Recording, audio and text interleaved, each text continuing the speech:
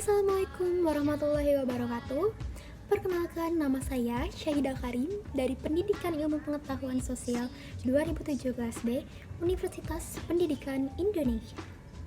Di sini saya akan sedikit memberikan informasi ataupun pengetahuan mengenai salah satu metode belajar, yaitu group investigation. Sebelum itu, kita perlu mengetahui apa itu metode belajar. Berikut merupakan salah satu definisi dari ahli mengenai apa itu metode belajar. Sebagai berikut. Dapat kita tarik kesimpulan bahwa metode belajar adalah cara atau langkah-langkah yang direncanakan oleh seorang guru dalam mengimplementasikannya dalam kegiatan belajar mengajar guna mencapai tujuan dan maksud yang ingin dicapai secara efektif dan efisien. Selanjutnya ada definisi group investigation menurut ahli. Berikut ini. Dapat kita tarik kesimpulan bahwa group investigation atau investigasi kelompok adalah salah satu metode belajar yang melibatkan siswa dalam sebuah diskusi kelompok, di mana kelompok ini akan menginvestigasi atau mencari dan meriset hal-hal yang perlu mereka cari dalam materi pembelajaran dan menyimpulkan serta menyajikan hasil dari diskusi dan investigasi tersebut. Setelah mengetahui baik itu pengertian metode belajar maupun group investigation, kita dapat langsung masuk ke dalam langkah berikutnya, yaitu step-step atau tahap-tahap yang akan dilakukan. Yang pertama adalah menyiapkan bahan yang dibutuhkan dalam belajar mengajar. Pertama, PowerPoint serta proyektor, lalu ponsel, serta dadu atau kocokan yang dapat dipilih oleh beberapa wakil kelompok nanti. Yang selanjutnya adalah implementasi langsung dari kegiatan belajar mengajar di kelas menggunakan metode belajar group investigation ini, yang diawali dengan pembukaan dari guru mata pelajaran yang bersangkutan. Setelah itu adalah doa bersama-sama dengan siswanya, lalu pengecekan kondisi dan kehadiran siswanya, dan diakhiri dengan implementasi hidup bersih dengan gerakan pungut sampah di pagi hari. Setelah itu, kita dapat langsung masuk ke dalam apersepsi dan penguatan kembali terhadap materi yang telah mereka pelajari. Contohnya adalah sebagai berikut, dengan menggunakan KD 3.1 mengenai konsep ruang, kondisi geografis benua Asia dan benua lainnya, letak, luas, iklim, geologi, rupa bumi, tata air, tanah, flora dan fauna melalui peta rupa bumi untuk anak kelas 9. Contohnya adalah sebagai berikut. Anak-anak, ada yang masih ingat waktu kelas 7 atau kelas 8? Siapa yang mengetahui di mana letak Indonesia itu berada?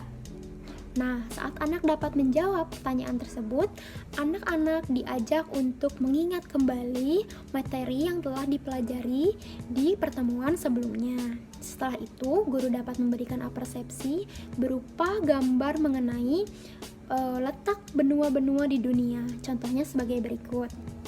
Lalu, guru dapat menanyakan, anak-anak ada yang tahu ini gambar apa? Nah, saat guru memberikan apersepsi tersebut, anak-anak ini terstimulus dan terangsang untuk lebih ingin tahu terhadap materi apa yang akan disampaikan oleh guru. Setelah itu, kita dapat langsung masuk ke tahap selanjutnya, yaitu pengelompokan siswa menjadi 6 kelompok besar yang heterogen.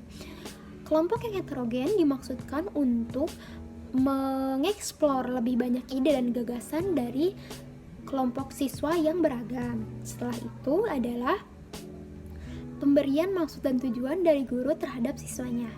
Contohnya adalah sebagai berikut. Anak-anak, ada yang tahu nggak kenapa kalian hari ini dikelompokkan menjadi 6 kelompok besar? Nah, betul. Kalian akan berdiskusi dengan kawan kalian mengenai letak benua Asia dan benua-benua lainnya serta aspek-aspek yang nanti akan kita diskusikan. Tujuannya agar kita tahu nih di mana letak masing-masing benua tersebut ada di dunia ini. Setelah itu, kita dapat langsung masuk ke step selanjutnya, di mana guru dapat memerintahkan terhadap setiap perwakilan kelompok untuk melempar dadu ataupun mengambil kocokan mengenai materi apa yang akan kelompok tersebut bahas dan teliti lebih lanjut.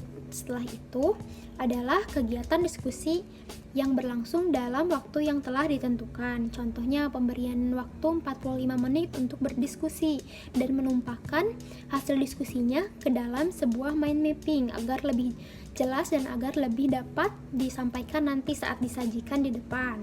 Setelah itu guru menjadi fasilitator dan konsultan untuk siswanya dalam diskusi ini berlangsung, di mana guru melakukan pemantauan dari kelompok 1 ke kelompok 2 sampai ke kelompok 6 terhadap setiap kelompok agar kelompok tersebut tidak memiliki pertanyaan-pertanyaan yang tidak dapat dijawab oleh kawannya masing-masing. Intinya, guru menjelaskan apa yang tidak diketahui oleh siswa dan pertanyaan-pertanyaan yang memang tidak dapat mereka jawab. Setelah itu, ialah performance dari setiap juru bicara kelompok untuk ke depan dan memperlihatkan mind mapping yang telah mereka buat tadi, serta penjelasan tentang mind mapping tersebut. Di mana nanti akan ada 6 juru bicara atau 6 performance dari tiap kelompok itu sendiri. Di sini guru juga dapat menilai keterampilan dari setiap siswa untuk menyampaikan atau berargumen di depan kawan-kawannya itu sendiri. Setelah itu adalah evaluasi. Evaluasi ini biasanya dilakukan setelah penjelasan singkat dari guru mengenai hal-hal yang telah disampaikan oleh juru bicara tadi lakukan. Contohnya adalah sebagai berikut. Penjelasan mengenai betul anak-anak, betul sekali tadi juru bicara kalian telah menyampaikan hasil diskusi kalian di mana hasil diskusi tersebut benar adanya, di mana letak-letak benua Asia dan benua-benua yang ada di bumi ini adalah beragam, yang mengakibatkan flora dan faunanya pun serta rupa buminya pun berbeda. Setelah penjelasan itu dapat disampaikan dan anak-anak merasa mengerti dan memahami hal tersebut, dapat dilanjutkan terhadap step yang selanjutnya, yaitu evaluasi, di mana evaluasi ini menangkup ketiga aspek berikut. Yang pertama adalah sikap, yang kedua adalah keterampilan, dan yang ketiga adalah pengetahuan. Sikap dapat dinilai dari jurnal harian maupun pantauan dari guru saat melihat diskusi yang berlangsung.